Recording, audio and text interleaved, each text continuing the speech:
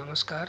आज म हाम्रो मकवानपुर जिल्लाको बारेमा केही बयान प्रस्तुत गर्न चाहन्छु।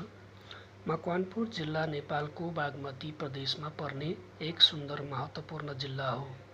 यस जिल्लाको सदरमुकाम हेटौडा हो। हेटौडा औद्योगिक क्षेत्रका रूपमा प्रसिद्ध छ र यसले देशको आर्थिक विकासमा योगदान पुर्याएको छ।